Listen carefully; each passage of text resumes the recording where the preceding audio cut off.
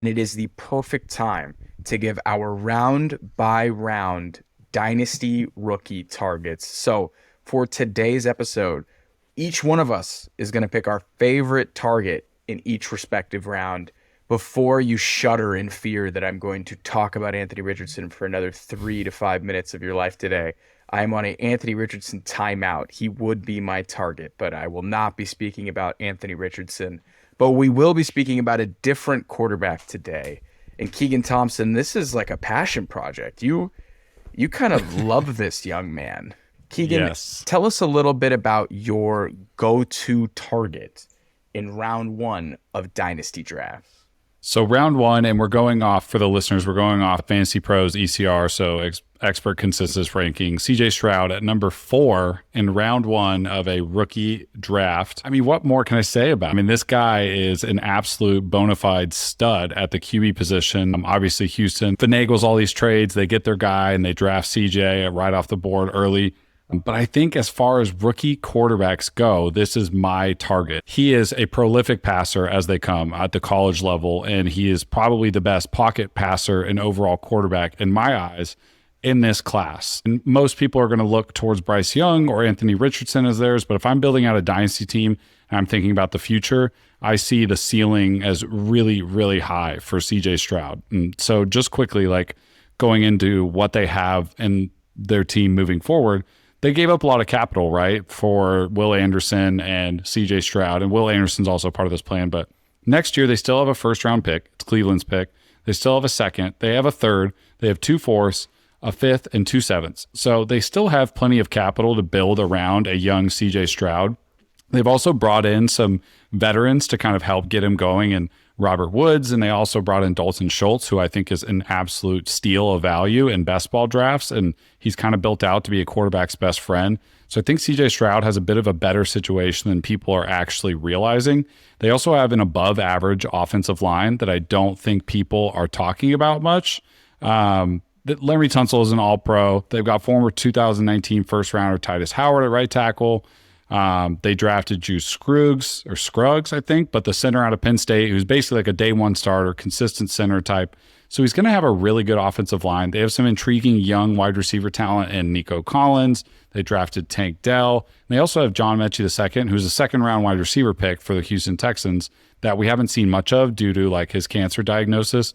And of course, they have a fantastic running back in Dameon Pierce. So I think you put all these things together for CJ Stroud, and he has a much better situation than people are going to give him credit for. They also have a fantastic new head coach in D'Amico Ryans, and he brings over Bobby Slowick, is how you say it, right, Shaun, from SF as well, to help lead their offensive game. He'll be their new offensive coordinator, and he's the passing guy that come from San Francisco. So they've got a new coaching staff that I actually believe in. They've got some intriguing coaching like techniques coming over from San Francisco. And CJ Stroud is just a dude. I mean, he is a hell of a quarterback, and he can place the ball wherever you want. He can make all the throws you want. He has all the arm strength you need. And I think he actually has some sneaky rushing upside that we just didn't really see at Ohio State because he didn't need to. But that's my 3-minute elevator pitch on CJ Stroud and why I would take him in the first round. So does Juliet know about your love for CJ Stroud, or is this just a thing you keep between the boys? No, it's kind of under wraps right now. Okay. So Juliet is not aware of how enamored you are with CJ Stroud. I think CJ Stroud's kind of gotten lost in the shuffle a little bit. He went number 2 overall, but I love it. What are you getting him? 4th overall in a Dynasty Superflex. I think the upside is there. I've been a little more skeptical on CJ, but I definitely think it's a good idea. One of my favorite Dynasty targets right now in the first round, and we are in a Dynasty league together. I do not have access to him, but I think it's got to be Jahmyr Gibbs. Current ADP is 6th overall, and this guy's profile is absolutely tantalizing if you're playing in PPR Superflex formats. So he has top 15 overall draft capital. Did you guys see Dan Campbell and Brad Holmes celebrating when they took him 12th overall? I know we all kind of roasted it for just football purposes, but in terms of fantasy football purposes, a top 12 selection for Jahmyr Gibbs is absolutely bonkers. If you look at his 40-yard dash, 99th percentile. If you look at his speed score, 91st percentile. Go ahead and look at his college target share, 93rd percentile college target share as a running back. I think this guy is setting up to be an absolute smash immediately out of the gates with JMO suspended, and he has a legitimate claim to be the number 2 pass catcher in this offense by Amon-Ra St. Brown. I would not be shocked at the end of this year that Jahmyr Gibbs is number 2 in targets in this team, considering he's playing with check down Charlie, Jared Goff. This is an absolute perfect storm. And then I've heard size concerns for Jahmyr Gibbs. I know the 200-pound BMI truthers are out there. We hear you. You're like the Walking Dead. It's all good, though, because if you look at the history of round 1 running backs between 195 pounds and 205 pounds since 2000, there have been 15-plus points per game seasons, so technically an RB1 season. Chris Johnson had 4, Christian McCaffrey had 4, Reggie Bush had 4, CJ Spiller had 1. The rest, Michael Bennett, 0, Javid Best, 0. A human being named Trung Candidate, who was drafted in 2000 by the St. Louis Rams. Shout out Trung, 0, and David Wilson, 0. Herniated disc and neck for David Wilson. So two out of these, I think we have 2, 4, 6, 8. 2 out of these 8 running backs didn't hit it because of injuries, but 4 out of 8 sub 205, so 195 to 205 pound running backs since 2000 were able to hit a RB1 season. So I think wheels are up. This draft capital, his overall athletic profile, there is historical precedent, and what he's going to do in the receiving game, make him an absolute smash. And you should be targeting this guy. And if he falls for some reason, I would be scooping him up. No problem. Best player available. I think Jahmyr Gibbs is like a PPR godsend. And honestly, if it weren't for the quarterbacks, he'd probably go much higher in these drafts.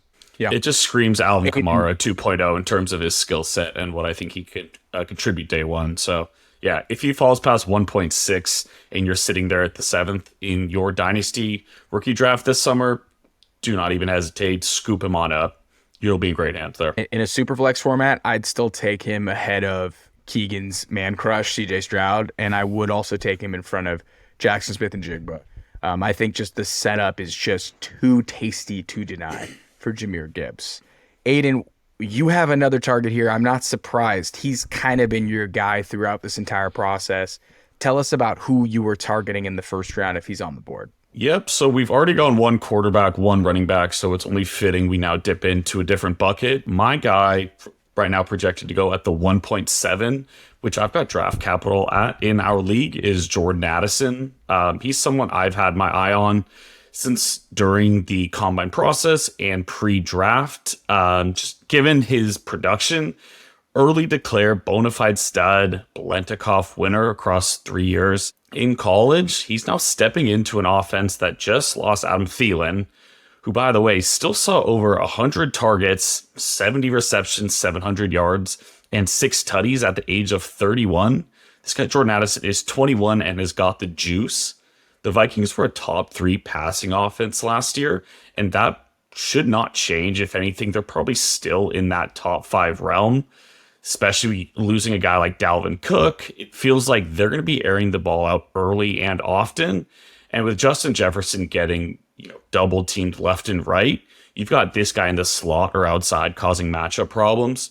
There's no reason this guy shouldn't exceed what Adam Thielen did at the age of 31 last year in that offense. So at 1.7, I'm absolutely scooping him up. Jackson Smith and Jigba is typically going before him in terms of the first wide receiver off the board in dynasty drafts. But in terms of immediate impact this year, I would not be surprised if Jordan Addison outproduces him in terms of your long-term dynasty value. I get the JSN argument, but this year, Jordan Addison is going to be an absolute boom play for me and could not be more excited about him. I love it. I think he's going to step in and have a really strong role off of the jump. You can project 120, 130 targets. You can get there to 140, considering now that Dalvin Cook is gone, considering that this defense should be a little bit better next year, but overall isn't going to be a world beater. I think they're going to throw the piss out of the ball next season. And I think Jordan Addison's going to be a primary beneficiary of it. But this is round 1 stuff. This is easy. All these guys are pretty good for the most part. Top 7 picks. You're locked and loaded drafting these guys. people are listening to figure out who are we targeting in round 2, round 3, and round 4.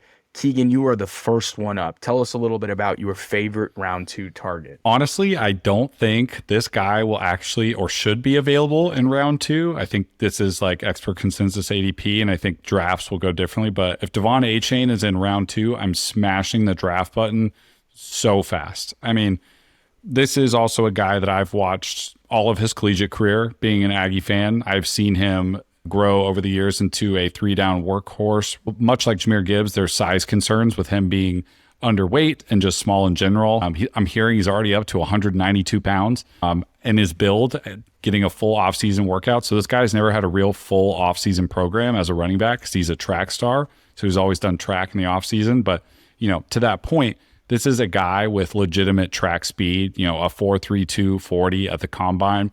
And in his third year, speaking of size concerns, well, he can't a 3-down rush load. Sure he can. In his junior year at A&M, he had 196 carries, 1,100 yards, 8 rushing touchdowns in the SEC. And he also caught 36 passes to add with that and is in a super dynamic receiving running back. And in his final career game at A&M after battling some injuries, he handled 38 rushes for 215 yards and 2 scores at a sub 190-pound rusher against an LSU SEC defense. Anybody who tells me that Devon Achane can't make it in the NFL just hasn't watched Devon Achane in the past 3 years. Devon Achane is probably a huge reason why Isaiah Spiller's draft stock plummeted, because he started seeing Devon Achane pop up on film his sophomore year, and you're like, well, who is this guy next to Spiller? On top of his profile as a runner and like what his skills project, he's also going to arguably the best landing spot you could imagine for Devon Achane. Mike McDaniels loves speed. It's evident in Waddle and Hill. Mostert and Wilson are both pretty fast guys, but that outside run zone scheme that they're going to do in Miami is a perfect fit for Devon Achane. And he will have some competition to start the year, but you could sell me pretty easily on the fact that he will end up as Miami's leading running back fantasy output player this year. No problem. I think by the end of the year, Mostert could get phased out, or Wilson, one of the two, and Devon Achane will kind of be the lead back of the Miami Dolphins like by the end of the 2023 season. And I think that's extremely feasible. I don't really have any body weight concerns or size, and he's just a match made in heaven for the offense that McDaniel's going to run. I think with Achane, the upside's undeniable. I think he gets on the field right away as a receiver. They scheme him up plays in that just go-go gadget zoom offense that they have with Tyreek Hill, with Jalen Waddle, and yes, with Chosen Anderson, just burners all around in Mike McDaniel's offense. Aidan, do you think this guy can handle a 3-down workload? Because it kind of looks like he can, but he would be an outlier in that instance. Yeah, I can see it. And if anyone's, qualified to speak of, his tape, it's Keegan Thompson, our Aggie fan on hand here. My only concern right now is the rumors around Dalvin Cook potentially going to Miami. That would definitely zap, I think, his rookie year production to a degree, but I still think, Dynasty, you're building for the future, get the best assets on your team. I still see this as an absolute slam dunk. So by the time your rookie drafts come along, Dalvin Cook will have already chosen the team, and for the sake of our fantasy teams, I'm praying that it is not the Miami Dolphins. And just real quickly before we get to the next player, like running backs are an interesting position in Dynasty because I think we're starting to see the shelf lives of running backs be 4 to 5 years at max. Like there's very few, like there's Derrick Henry and really who else? Maybe Nick Chubb, but getting a running back like Devon Achane in the second round, and maybe he only does have like 4 years of solid fantasy output, like that's perfect for Dynasty. 4 years down the road, you draft in the next one. Like I wouldn't worry about a 10-year player that you're trying to stash on your roster here. This is a guy who's going to make an impact soon and often. I think that's a good point, Keegan. Aidan, who are you targeting in round 2? Yeah, so I'm going to stick with pass catchers, but go a bit of a different angle here. Currently projected to go in the 19th slots, depending on, again, what your format is, the 19th slot. I'm going with Sam LaPorta at the tight end position. In my opinion, this is another guy that I think really just stepped in to an incredible position in terms of immediate value for your fantasy squads. When you look at the Detroit Lions, they were a top 5 scoring offense, and that does include a pretty poor offense at the start of the year. So in my opinion, they're probably going to be a top 5 scoring offense again, and there's little to no target competition at the tight end position, the only guy he's really competing with is Brock Wright, an undrafted free agent who's caught 30 passes in his career. So in terms of the path to playing time, there's really no competition there. You look at Iowa tight ends in the NFL too, and these guys just pump out NFL-ready dudes. You see him running routes. He can line up everywhere too. I've been reading some buzz on him out of Lions camp. They've got him lining up at the traditional inline tight end position, in the slot, and even at the X. So this dude is a matchup nightmare, and I see him contributing right away. Again, with Jameson Williams out too for 6 games, outside of ARSB, who is really competing for targets that's this athletic and this versatile? I don't think there is anyone. So again, assuming, he gets the playbook down, he gets up to speed quickly, which can be hard for rookies sometimes, this should be a day one contributor for that offense. It should be Jared Goff's best friend. Hot take, Sam LaPorta finishes with more fantasy points in half PPR and PPR than Dalton Kincaid in 2023. I think so too. I don't even think it's scorching. I think the role is much clearer for Sam LaPorta. I think Kincaid, they drafted him as a weapon, but in terms of what they're doing with him yet, it doesn't feel very clear. Or Sam LaPorta, dude, they are stoked. This guy was the second tight end off the board for a reason. I'm all in on that T. This is their Hawkinson replacement. For sure. Exactly. This is drafting to replace Hawkinson, and Kincaid was drafted as a weapon to add to an offense. He is replacing a clear vacant role in this offense. Yeah, it's like they didn't like Hawk. They just didn't want to pay him. So they got the same guy or maybe better for cheaper. It's a pretty great plan if you ask me. Yeah. Hawk doesn't have the juice after the catch that Sam LaPorta does. I think he was number 3rd in missed tackles out of all eligible players in the nation last year. Number 3rd. Did it on number 3rd, and he did it on number 3rd. Excuse me, okay? It's been a long day. I think he was 3rd overall in missed tackles for us, and he had he's a beast, 50 receptions. Absolute beast. Yeah. I love watching this guy play. That's a great selection, Aidan. My favorite round 2 target, Jaden Reed, is going 22nd overall. And this is from Kyle Dwarfcheck. Kyle tweets here.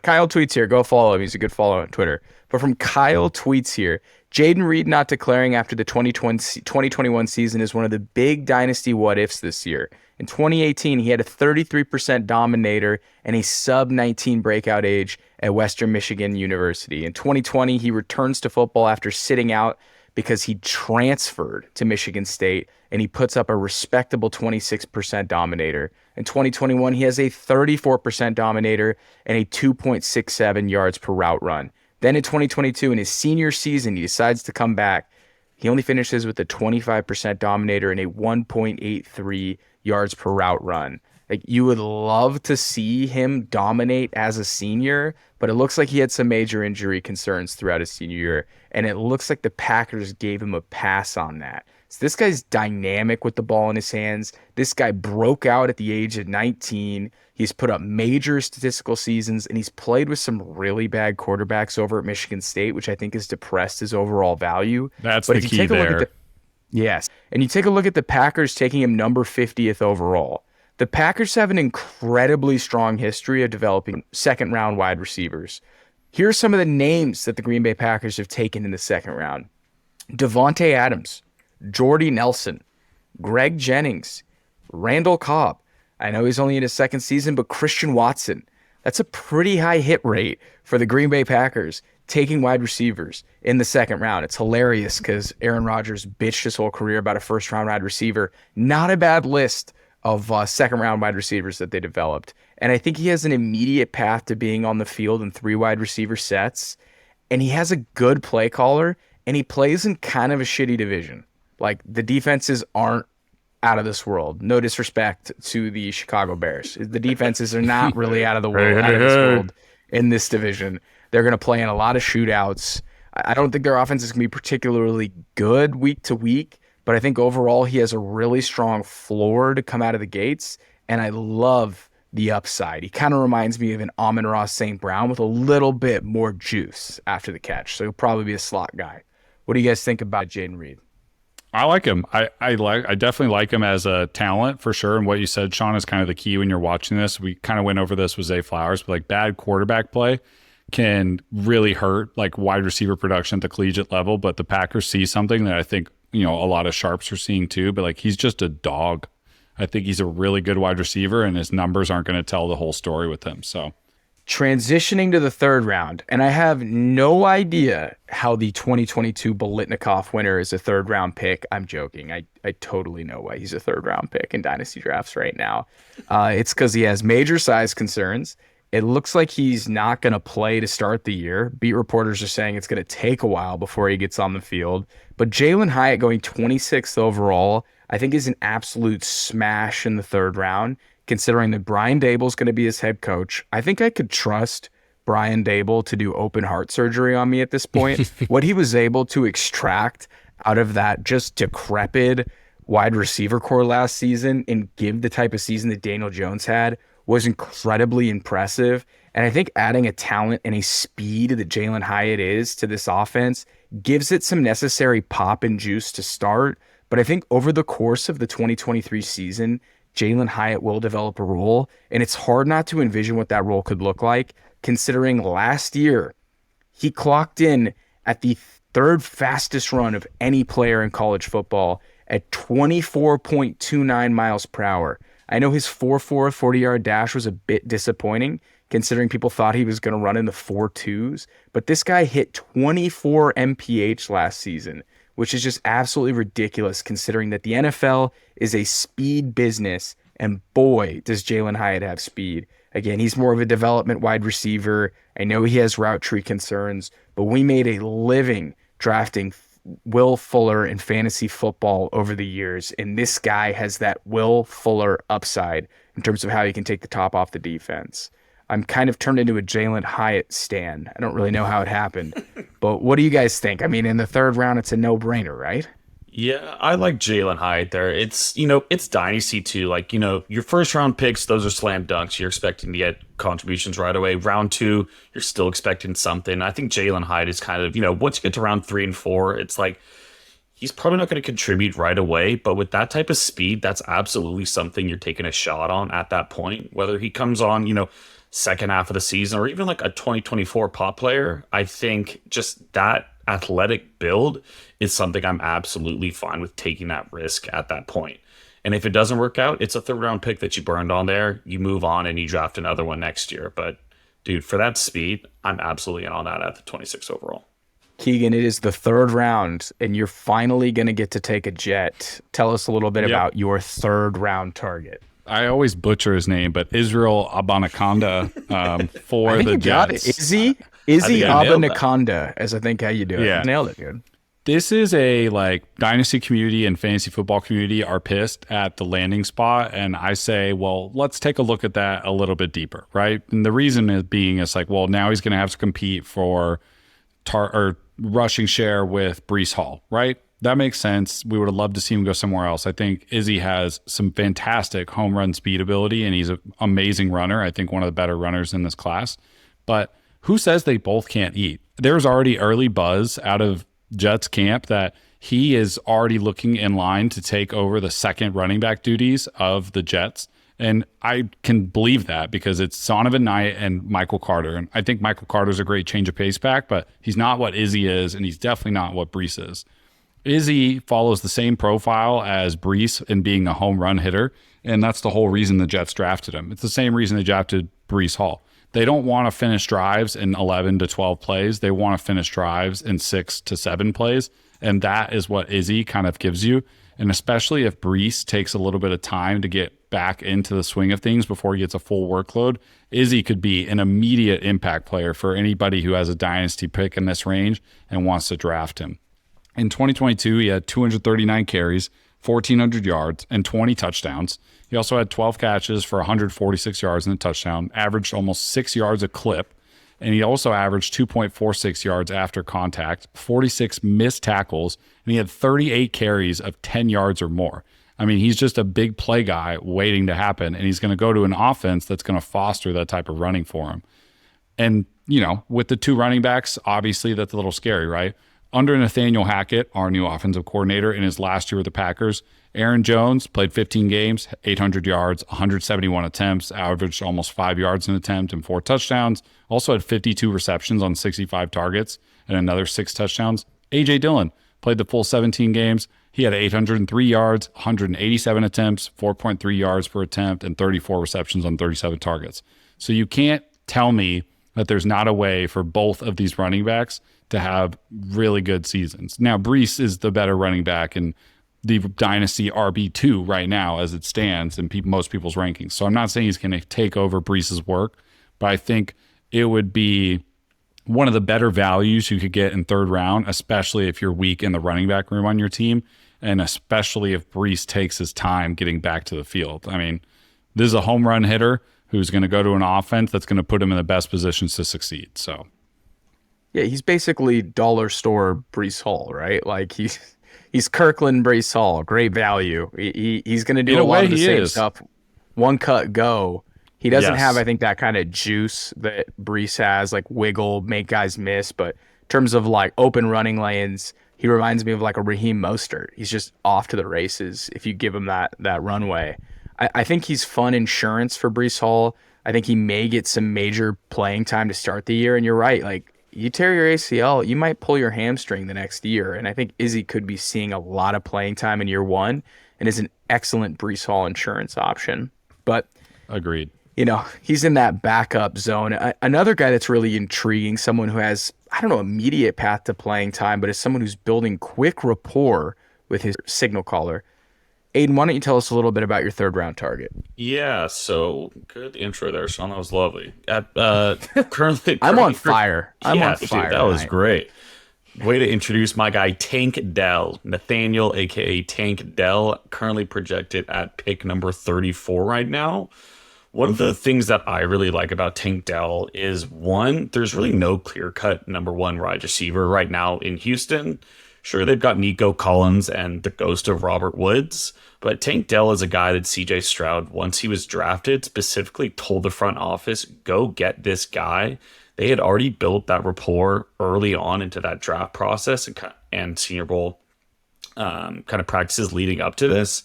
And you look at his production in college, and it's pretty impressive. Sure, it was at the University of Houston. His sophomore year, he went for 1,300 yards and 12 tutties, backed it up his junior year with just shy of 1,400 yards and 17 touchdowns. Early declared guy, super young, those productive 3 straight years at the University of Houston. He's been generating a ton of buzz. And in my opinion, again, too, it's just like there's such a path for anyone to step up in that room. You've got Mechie returning too, who I think a lot of people are forgetting about as he kind of gets lost in the shuffle there. But who's to say a guy like Tank Dell isn't CJ Stroud's number one wide receiver at the end of the year when it's all said and done? I think this is an awesome dart throw at pick 34 that I'll certainly be taking at least a swing at if I'm in the general neighborhood for him. And what do you think, Keegan? Does Tank Dell get your CJ Stroud stamp of approval here? We could build something together here, CJ. I think there's something to be said for like players coming into the team in the same year, right? Like they're the same draft class. They obviously have a relationship. And Aidan's right. Like the Houston wide receiver room it's not in the top of the league, which, you know, and this is a new coaching staff. Like this is part of the same draft class as CJ Stroud. So they see him as future plans. Like I don't see like an issue with him being the wide receiver one or having a potential to be CJ's favorite target at the end of the year. You know, I like it. He's a little small, but he plays way bigger than he is. He's got those like technician route running ability that's pretty impressive.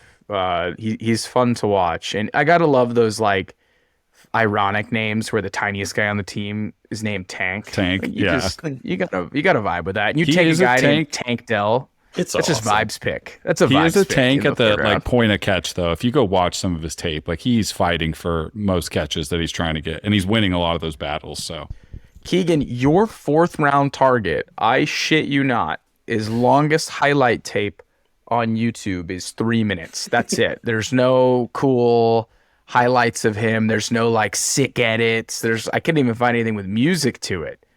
Tell us a little bit about your deep sleeper here in the 4th round. So we are in the 4th round here, and that's important to note. This is 4th round, and we're talking about Michael Wilson from Stanford. Injury-plagued collegiate career. There was a course where he only played like 14 games over 3 years, and that's kind of like the biggest issue for him is health. But I think if he was healthier in his college career, we'd have seen a lot more out of him. I think this is a guy who's really good winning off the line, and he like wins at the top of the route routinely when he is healthy. He's actually a pretty polished separator too, and good at creating separation. But this is kind of my opportunity pick of the 4th round. Similar to what we were saying with Tank Dell, there is a path to be a very impactful wide receiver for the Arizona Cardinals this year immediately. I love Marquise Brown. I'm a part of the Hollywood fan club, and he will be their wide receiver 1. But after that, it's Greg Dortch and Rondale Moore, and maybe some target competition between Ertz and Trey McBride as well too. But I mean, if you're telling me that the Dortcher chamber is going to keep Michael Wilson out from having an opportunity to be impactful in this offense, then I'd say you're lying. I think there is plenty of room for him to get acquainted in this offense. This is also a team that should be passing a lot and then some negative game scripts. So I think there's a really good chance that he can kind of wiggle his way into wide receiver 2 duties with the Arizona Cardinals. He's also good at forcing missed tackles. Last year he finished top 8 in missed tackles and yards created after the catch among wide receivers. So there is some glimpses of, I don't want to call it excellence, but there's glimpses of success, and there's some glimpses of a really good wide receiver profile in there. Just got to stay on the field, and I think he's got, this is a good situation for anybody trying to make an impact on a roster because, well, like I said, Rondale Moore and Greg Dortch. I like Rondale Moore, but I think Michael Wilson's a different profile receiver than both those guys. I'm not gonna lie; those highlights made me feel something. I was feeling something a little bit. I was feeling something there. He might be the only guy on the Arizona Cardinals that I haven't drafted in best ball. So you had me at Arizona Cardinals. Okay, that is the sniffing glue offense of fantasy football. I am so down to find a diamond in the rough on the Arizona Cardinals in the 4th round with those kind of highlights. Yeah, sign me up.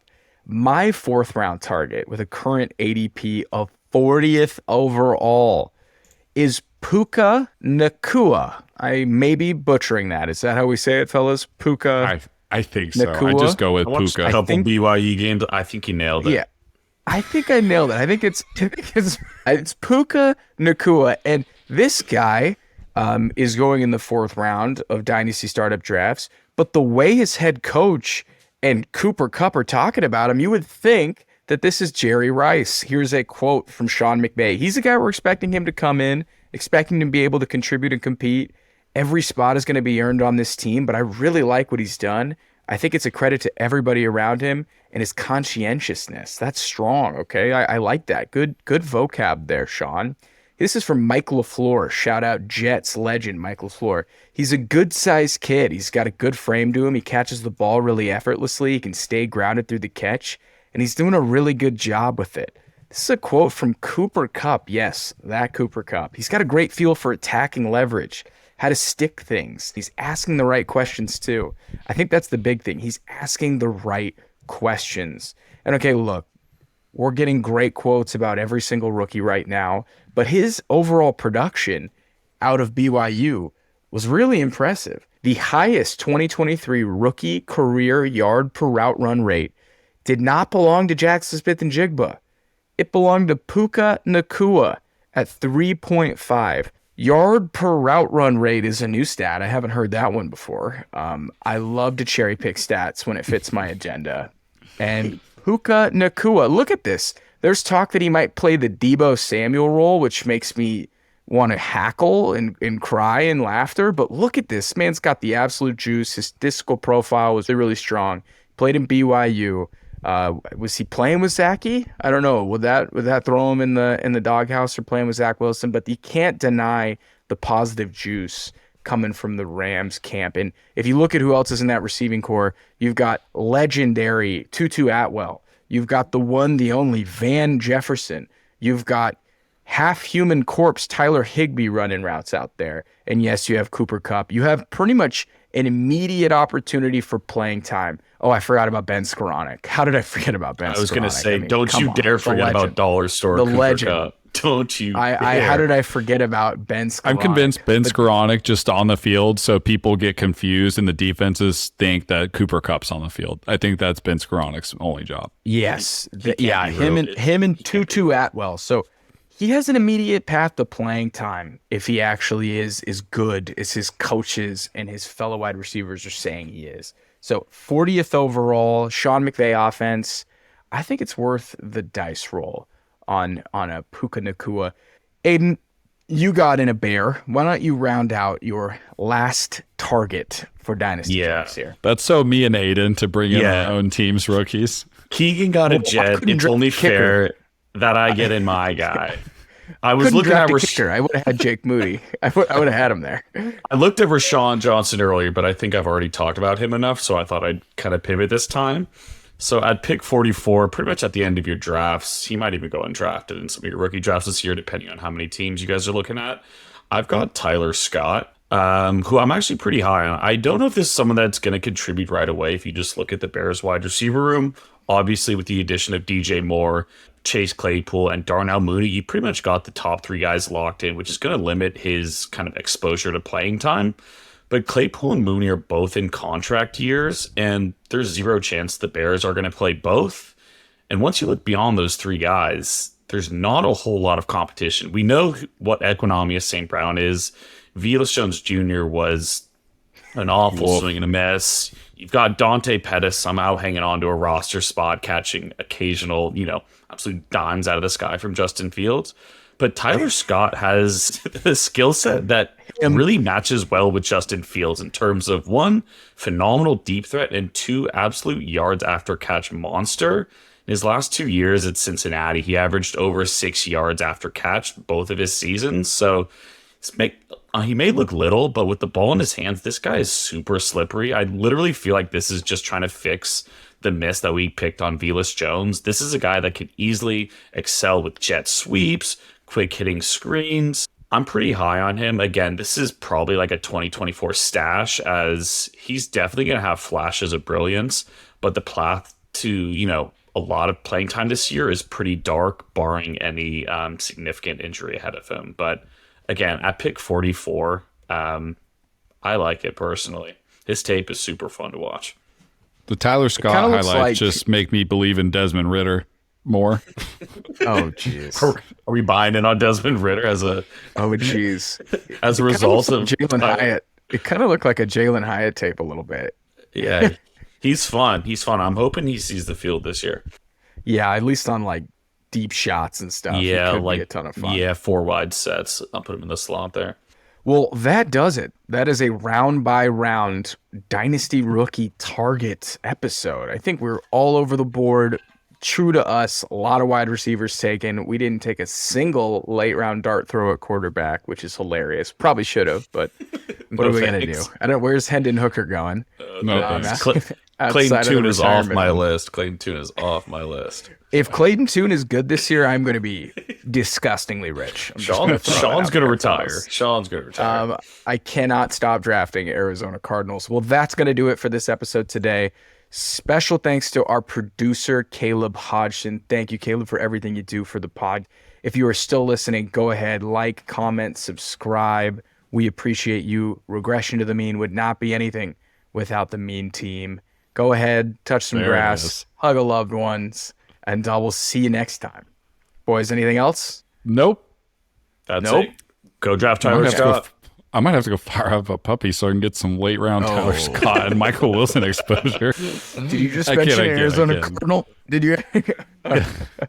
Until next time, everybody.